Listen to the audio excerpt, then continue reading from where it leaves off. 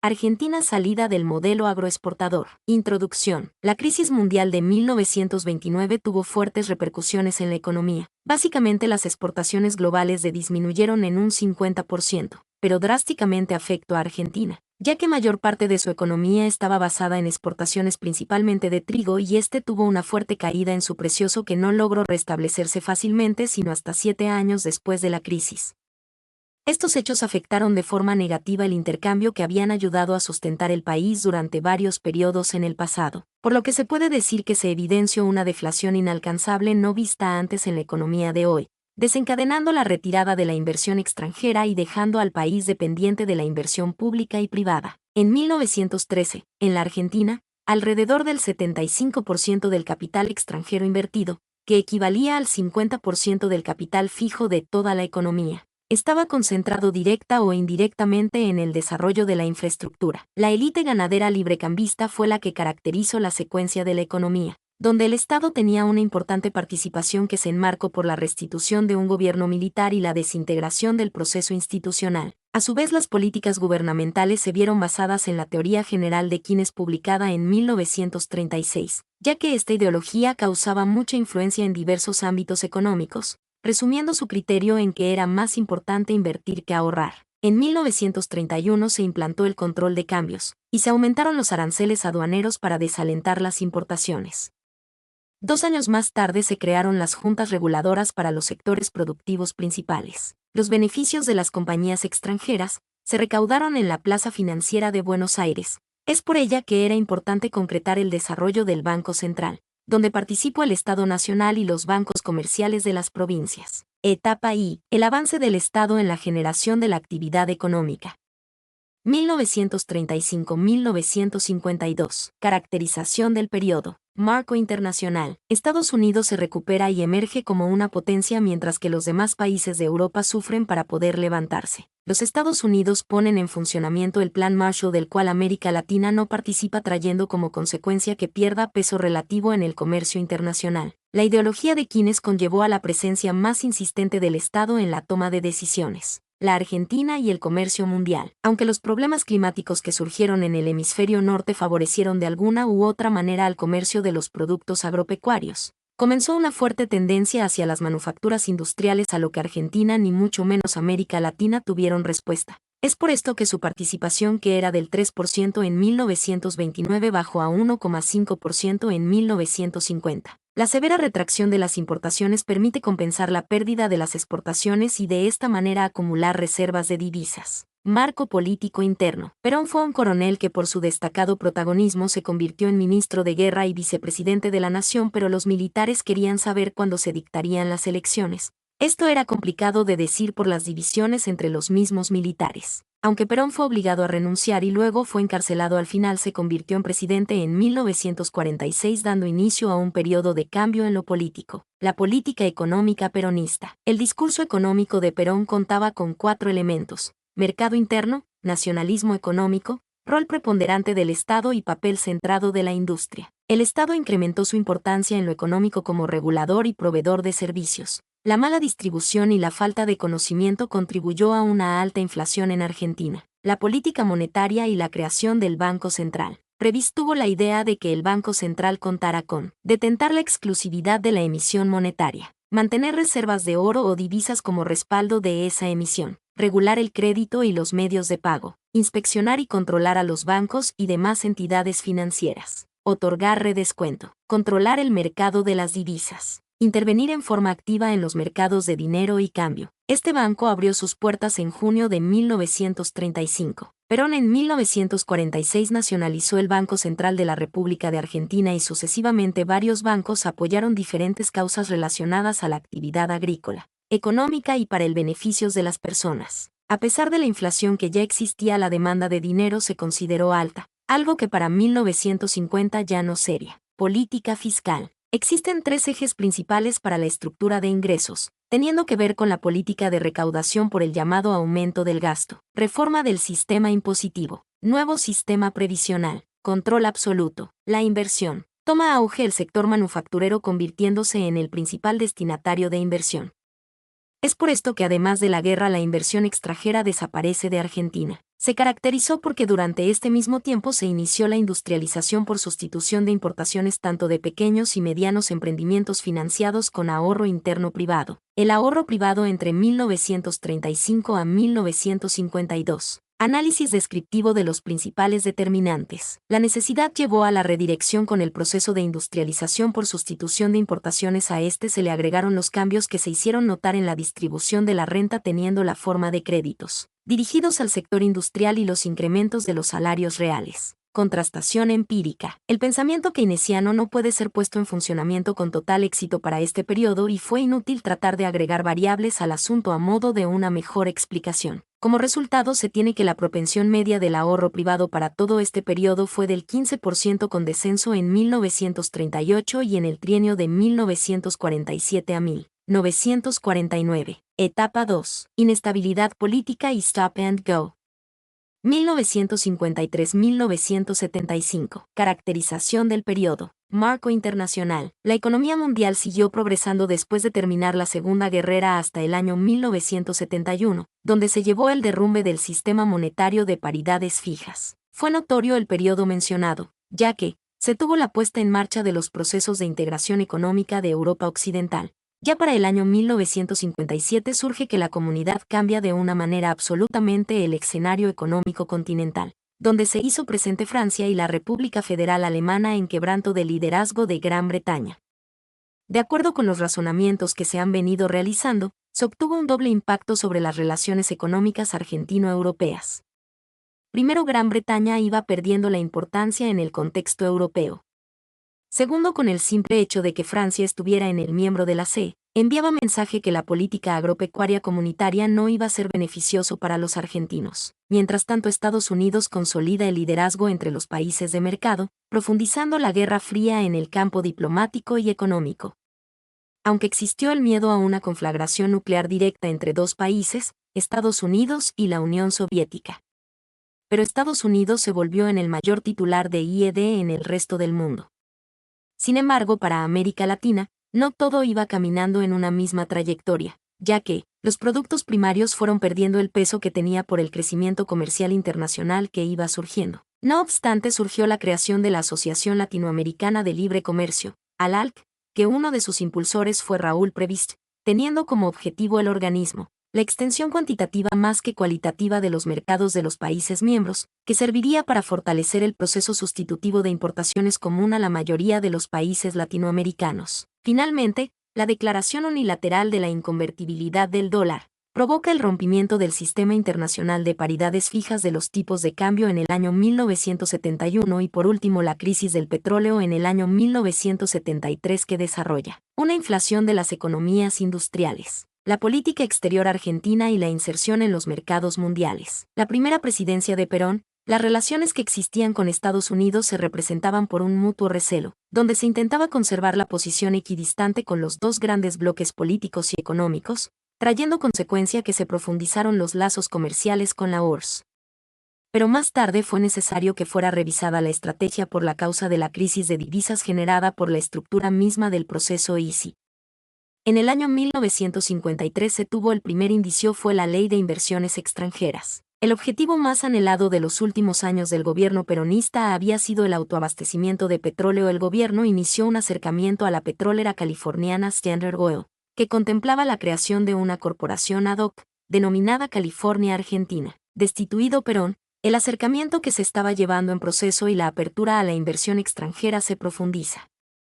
Ahora con la llegada del Dr. Frondizi se dicta la nueva Ley de Inversiones Extranjeras. Este gobierno pretendía conservar los lazos comerciales con la URSS para obtener equipos para la explotación petrolera. Marco político interno. 20 años de inestabilidad. En el año 1952 representa un punto de quiebre en la política peronista.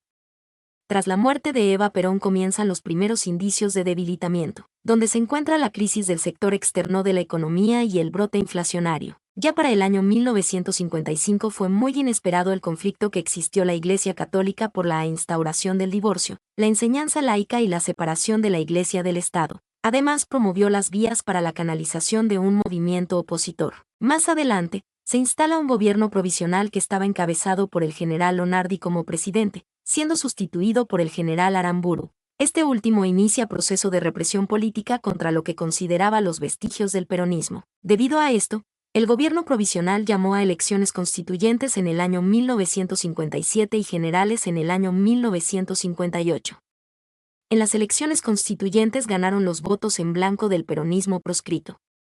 Frondizi debió gobernar bajo la tutela del poder militar. Con las nuevas elecciones con el peronismo proscrito, se obtuvo como presidente el doctor Arturo Illa, de la UCRP, con apenas el 25% de los votos, quedando en segundo lugar los votos blancos, pero a pesar de todo se tenía insuficiente apoyo popular. Ya para marzo del año 1973 se impuso las elecciones presidenciales encabezada por el doctor Cámpora.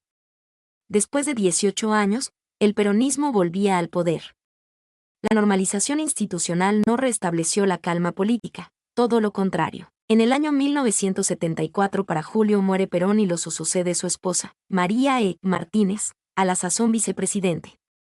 La situación del gobierno se hizo insostenible, y desde los medios de prensa se anunciaba la inminencia de un golpe militar. Ya para el 24 de marzo del año 1976, una junta de comandantes se adueñó del poder en la Argentina. Las políticas económicas entre 1953 y 1975. En el año 1952 existe una marca en el cambio de rumbo en la política económica peronista. La meta primordial era el control de la inflación, mediante restricciones al consumo y fomento del ahorro. La inflación se volvió el problema de las cuentas externas, donde se abordó mediante la sanción de la ya mencionada Ley de Inversiones Extranjeras. Considerablemente se reduce el gasto público.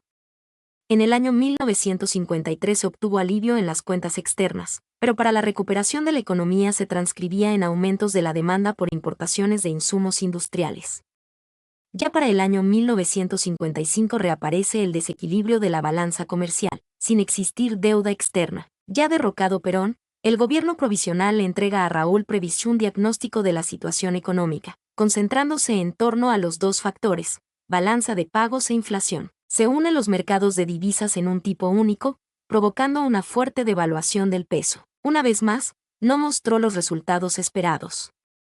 En menos de 4 años, el gobierno militar cambió 4 ministros de Economía.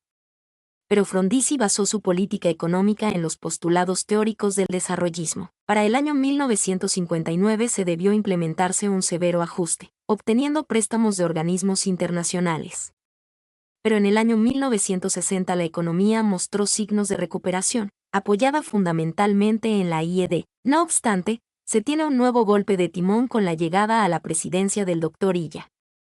Se procuraba fortalecer el poder de compra de los salarios, mediante el establecimiento de un salario mínimo vital y móvil. En la misma forma, la economía reacciona positivamente a este continuo devenir cíclico de la economía argentina durante estos 20 años. Se lo ha caracterizado como stop and go. Un aspecto destacado de la política económica de Illa fue el tratamiento del tipo de cambio. Se aplica un novedoso mecanismo de mini ajustes que acompañaban a la inflación. Esta política fue adoptada en diferentes países conocida como Quallenkai. Tras iniciar el gobierno de Hungría no se estaban bien claros los lineamientos económicos que se tenía que seguir. No obstante, Hungría colocó a Krieger Bacena en el Ministerio de Economía y presentó su plan de estabilización y desarrollo. El plan aceptaba y continuaba el proceso EASY, aunque buscaba dotarlo de eficiencia productiva. Sin embargo, se pudo notar que se redujo la inflación, pero no a los niveles esperables de un sistema de tipo de cambio fijo. También se redujo considerablemente el déficit fiscal, pese a que se encaró un importante plan de obras públicas. Ya para el gobierno de Levingston y Aldo Ferrer como ministro, se buscaba compensar la creciente extranjerización de la economía mediante normas como la Ley del Compre Nacional. Sin embargo, la reaparición de la inflación a un ritmo del 20% anual obliga a redefinir de nuevo el tipo de cambio. Se sancionó la Ley 18.188, que cambió el signo monetario argentino por primera vez desde el año 1881. Más tarde, el año de la crisis del petróleo para el 1973. Fue favorable en las relaciones de intercambio que llevó que el año se cerró con un saldo positivo récord de la balanza comercial.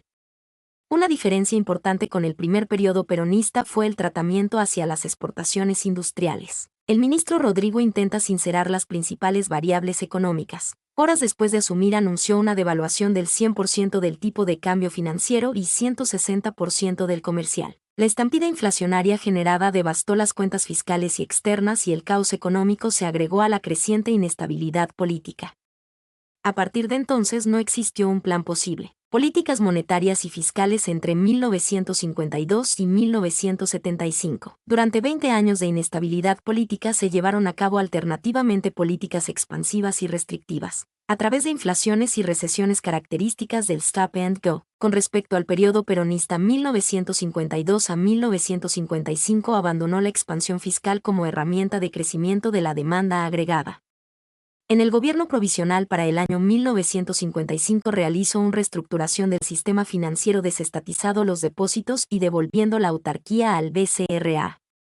El eje central de la política monetaria fue una fuerte restricción de la tasa de expansión del dinero. El plan de Frondizi obliga a llevar una política monetaria y fiscal expansiva. Durante la presidencia de Illa, la prioridad era la salida de la recesión. Ahora la expansión fiscal se manifestó a través del gasto corriente, con una activa política de compras del Estado. Igualmente la política monetaria fue expansiva y se orientaba al estímulo del crédito. Con respecto del resto del periodo, la mayoría de las políticas aplicadas fueron coyunturales y cortoplacistas. Pero el hecho más saliente es la mini reforma financiera del gobierno de Perón, comentada más arriba. Ahorro-inversión. Para el periodo la inversión bruta interna tenía un promedio de 19% del PBI, siendo una cifra lo suficientemente alta que la del periodo anterior. A partir del año 1958 nuevamente reaparece y tiene una importancia decisiva en la inversión extranjera. Para los años 1935 y 1955, el crédito seguía siendo regulado y dirigido con tasas de interés reales siempre negativas, pero con un grado de mayor realismo respecto de los determinantes del ahorro. Y para los años 1955 y 1964, con excepción de 1959, el ahorro interno no alcanza a financiar a la inversión. Sin embargo, el peso se estabiliza a partir de 1962, ayudando a incrementar la tasa de ahorro, en especial desde 1969 en adelante. El ahorro privado entre 1953 y 1975. Análisis descriptivo de los principales determinantes. El proceso Stop and Go dificulta el tratamiento de las variables que determinan el ahorro de los particulares. A tener un consumo privado demuestra preferencia decreciente con respecto al periodo anterior. La propensión media que se tenía a consumir para todo el periodo era de un 72% respecto del producto total. Ya para el año 1960 la economía emprende de nuevo a recuperarse de la recesión del año 1959, pero a pesar los niveles de consumo retienen a un 72% del producto. Se vuelve llamativo referencia que la inflación es especialmente elevada para el año 1950, dejando para el año 1963 el nivel de empleo más alto. Etapa 3. Reforma financiera, tablita, apuestas al dólar y deuda externa. 1976-1982. Caracterización del periodo. Marco internacional. Debido al rompimiento del sistema multilateral de paridades fijas, se tiene una nueva etapa de tensiones y alta inflación en los países industrializados. Se tuvo un incremento en los precios y en el racionamiento petrolero. Además, en la mayoría de las economías obtuvo un lugar a una retracción mundial de la inversión productiva al mismo tiempo que la cantidad de dólares que estaban depositados en los bancos tenía un crecimiento aceptable. Para los países centrales reaparece la política proteccionista y las barreras al comercio comercial. Dadas las condiciones que anteceden, el tipo de cambio blando que existía tenía consecuencia en transformar los mercados mundiales de divisas en un territorio incierto. Además se vivió el cambio de la política monetaria de los Estados Unidos, donde determina la suba de las tasas de interés internacionales.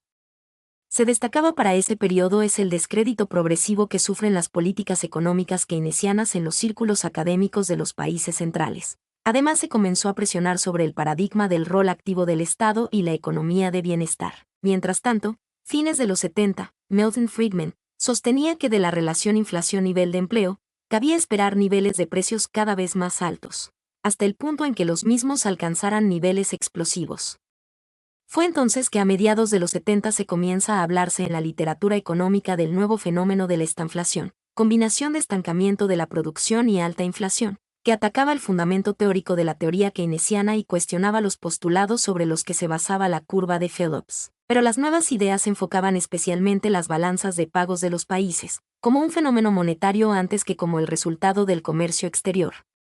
Mientras que el enfoque monetarista descreía de la posibilidad de impulsar el crecimiento mediante políticas fiscales expansivas. Marco político interno. Con el paso del tiempo, el 24 de marzo del año 1976 se instala en el gobierno una junta militar, encabezada por el general Jorge Videla.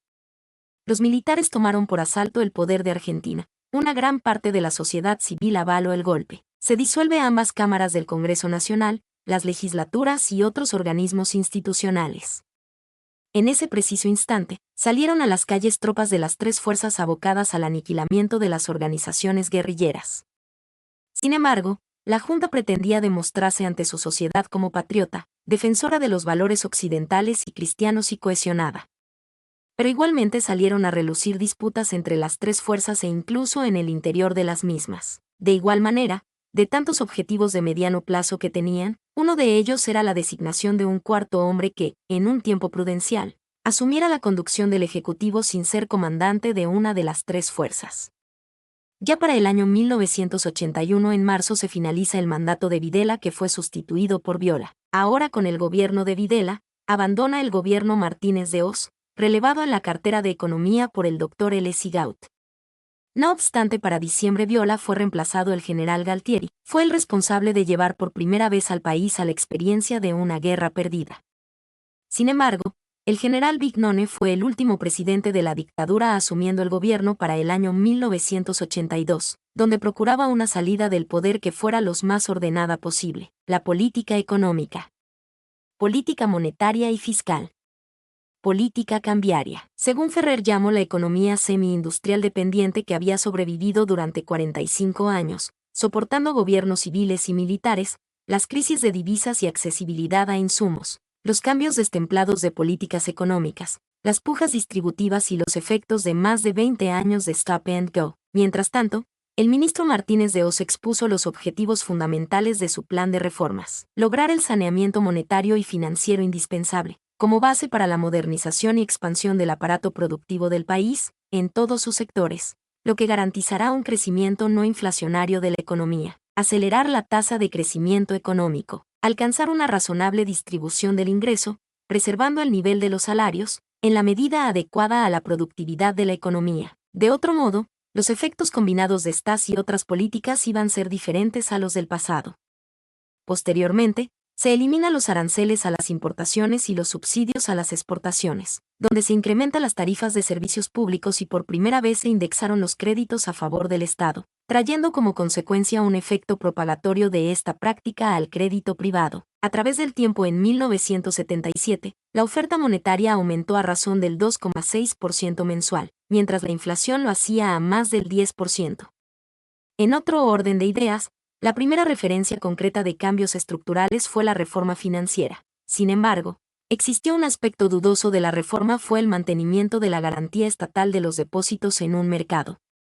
Además, la autoridad monetaria transfería a los bancos comerciales el rol de la asignación del crédito y la provisión de los recursos productivos, apostando a la eficiencia del mismo. Sin embargo, cuando la cantidad de dinero era inferior a la deseada, el aumento de las tasas de interés en un contexto de libre movilidad del capital atraía dólares del exterior que eran transformados a pesos y colocados en el sistema financiero local. Pero para el año 1980 se desató una crisis bancaria y financiera, donde el Estado debió atender la reparación de los ahorristas que habían ligado sus depósitos al régimen de garantía estatal. En febrero del año 1981 se produjo una devaluación no planeada del peso del 10%, lo que incrementó la desconfianza. Por su parte, el repentino reemplazo presidencial alejó a M. de Oz de la cartera económica, asumiendo la misma el Dr. L. Sigaud, emisor de una de las frases más recordadas y desafortunadas de la historia económica argentina: el que apuesta al dólar, pierde. Más tarde, los cambios más significativos de la política económica en los países desarrollados, el alza intempestiva de las tasas de interés a la que condujeron, pusieron en el centro de la atención el endeudamiento externo, que literalmente iba a estallar en las manos del gobierno siguiente. Con base en la misma forma, la deuda pública externa era de 4.900 millones de dólares en 1975, 19% del PBI, creció hasta 29.000 millones en 1982, 60% del ingreso. El gobierno militar asumió como Estado la responsabilidad por el cumplimiento de la deuda externa privada, ahorro e inversión. Dadas las condiciones se tiene un agudo flujo de entrada neta de capitales, aun cuando en general el ahorro interno financia largamente a la inversión. Cabe destacar que para los años 1980 y 1981, se parecía responder la hipótesis de la composición especulativa y cortoplacista de dichos capitales. Al efecto del año 1977 hasta 1979, la tasa media de ahorro total presentaba alta que por otra parte la inversión bruta interna se mantenía en los niveles que se tenía registrado en el año 1969. Se podía ir fortaleciendo que la política de altos niveles de tasas nominales de interés era útil para fomentar el ahorro privado como barrera de contención al consumo y el índice de precios. Cabe agregar que las tasas récord de ahorro de estos años financiaron gastos corrientes del gobierno y salida de capitales. Etapa 4. La recuperación de la democracia. Optimismo y desilusión.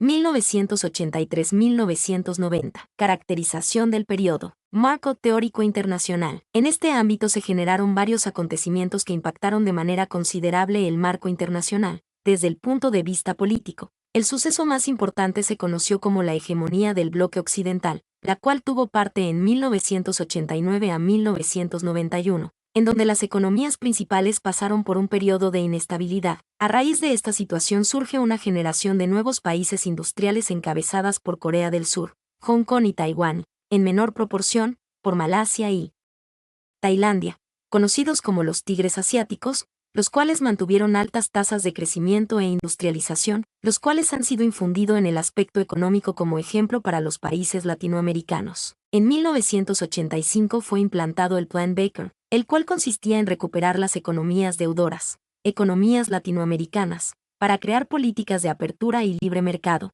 basándose en ajustes fiscales controlados por el Fondo Monetario Internacional, FMI. Este plan no cumplió con las expectativas para solucionar la situación económica de los países latinoamericanos. En 1987 Brasil dejó de pagar a los bancos comerciales temporalmente, por lo cual el gobierno de los Estados Unidos tuvo que intervenir y se generó una caída en la bolsa de New York. Con ciertas dificultades el comercio internacional se incrementó considerablemente, aunque a los países exportadores de productos primarios se le redujo su participación y no pudieron disfrutar de esta expansión económica, por lo que la gran cantidad de actividades comerciales fueron dirigidas a la movilización interna de empresas multinacionales.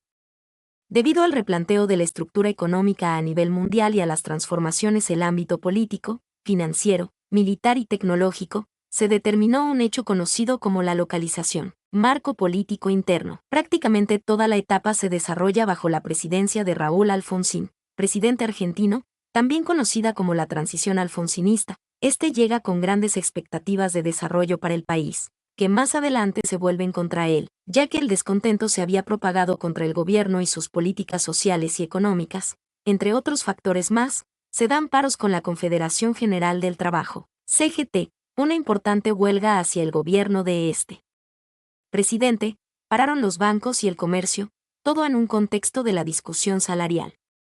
Surgieron puntos donde se enunciaba el pedido de moratoria de la deuda externa y el pacto social. Se llegaron a sumar la oposición, es decir, el peronismo y la izquierda.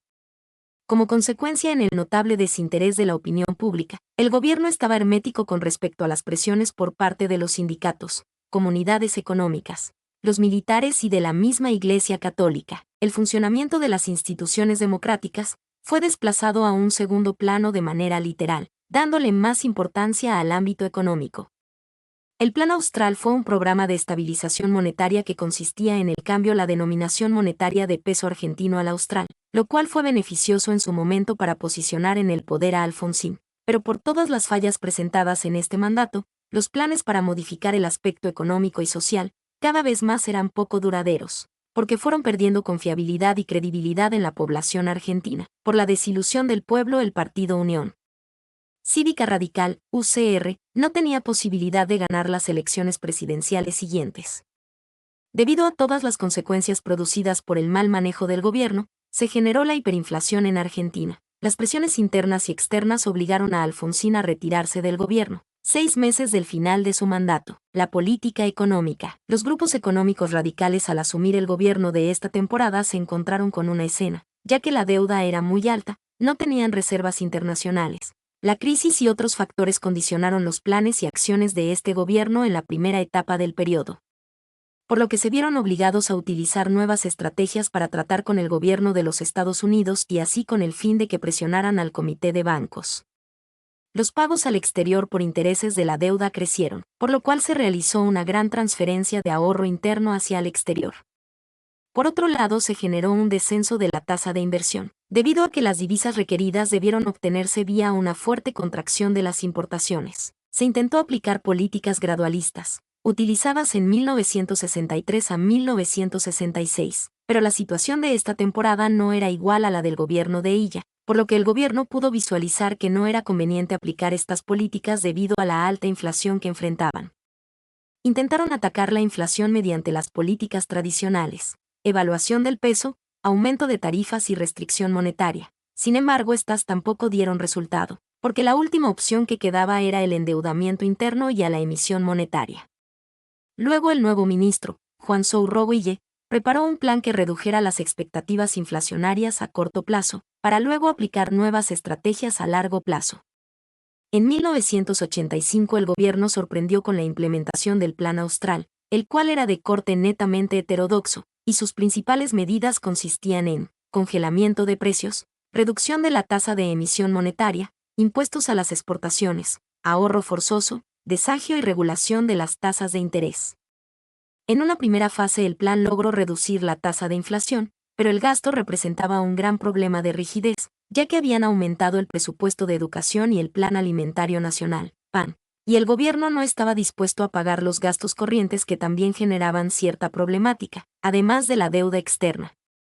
Fue entonces donde empezaron a manifestarse los efectos indeseados del plan: incremento de precios y tasa de interés. Para seguir llamando la atención de los inversionistas, el Estado cancelaba los servicios de la deuda externa, generando nuevas deudas internas a corto plazo. Las tasas de interés eran cada vez más altas y aún así se cancelaban. Se intentó hacer una flexibilización del plan. Como consecuencia se devaluó por primera vez el austral, lo que aumentó las fallas que intentaban corregir. El deslustre evolucionado de las cuentas fiscales y externas obligó a declarar la suspensión del pago de servicios de la deuda con los bancos comerciales en abril de 1988. El denominado Plan Primera, agosto de 1988, fue el último intento del ministro Sou-Robuille para atacar la inflación. Este plan consistía en desdoblar el mercado cambiario, moderar los precios y salarios, reducir el IVA y aumentar las tarifas, pero solo duró 6 meses. A partir de ese momento se generó una confrontación especulativa contra el austral. El país entró en un estado de hiperinflación sin marcha atrás por una gran cantidad de factores que cada día aumentaban la crisis nacional. De acuerdo a las tasas de interés, que actúan con respecto a la evolución del tipo de cambio y a la libertad de la entrada y salida de capitales a corto plazo, se restringía a las autoridades económicas orientar los flujos monetarios, lo cual también afectó al sector externo como fuente de creación de dinero, porque se complicó la oferta monetaria.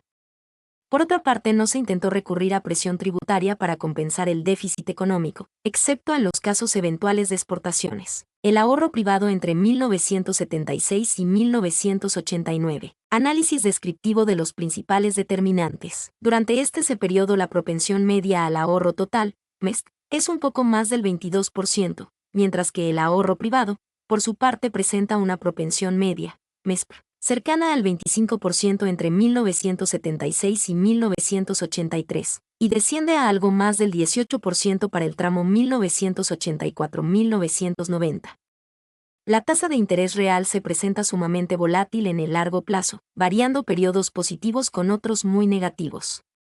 Dicha volatilidad se potencia en el corto plazo, esto es debido a la libre movilidad de capitales. Es el comportamiento de la tasa de interés nominal respecto de las variaciones del tipo de cambio. En consecuencia de la devaluación no programada, la Guerra de Malvinas, el año del Plan Austral y la hiperinflación.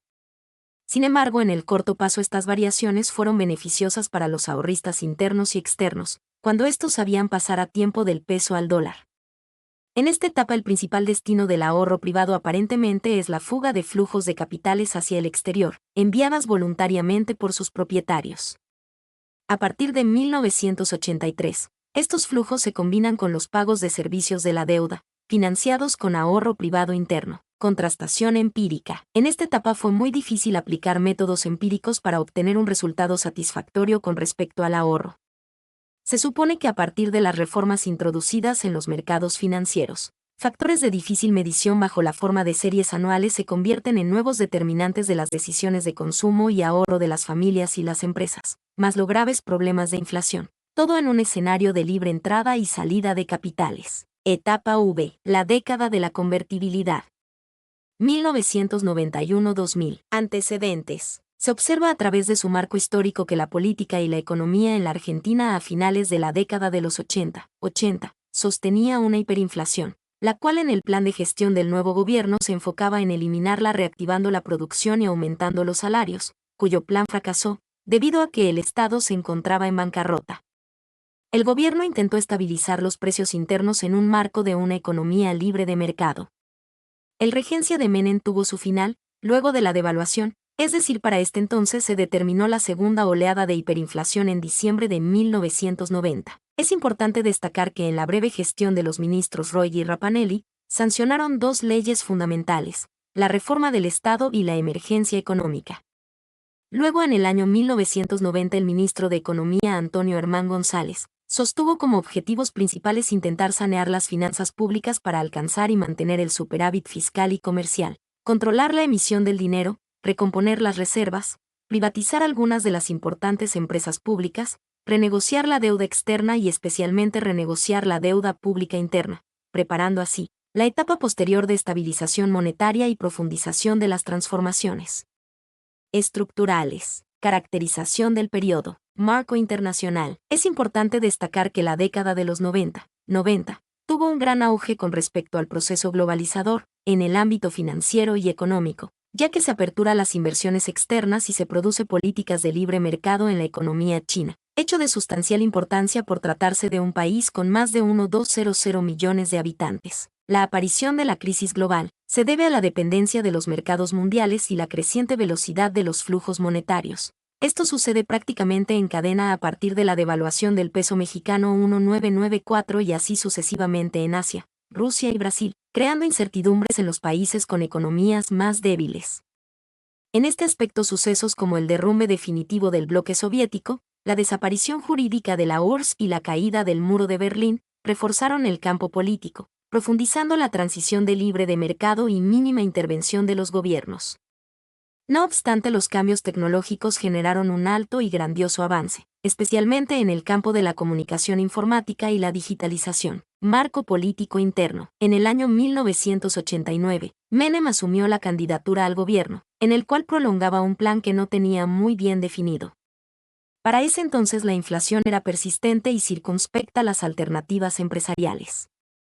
Luego, a partir del lanzamiento de convertibilidad de la mano del ministro de Economía Domingo Cavallo, Menem obtuvo un rotundo éxito, manteniendo el objetivo principal de estabilizar el nivel de los precios. En 1993, Menem promueve su reelección, reformando la Constitución Nacional, en donde manifestó la reelección presidencial y la reducción al mandato por 4 años. En el año 1995 se convierte en el segundo presidente argentino elegido en 2 periodos consecutivos.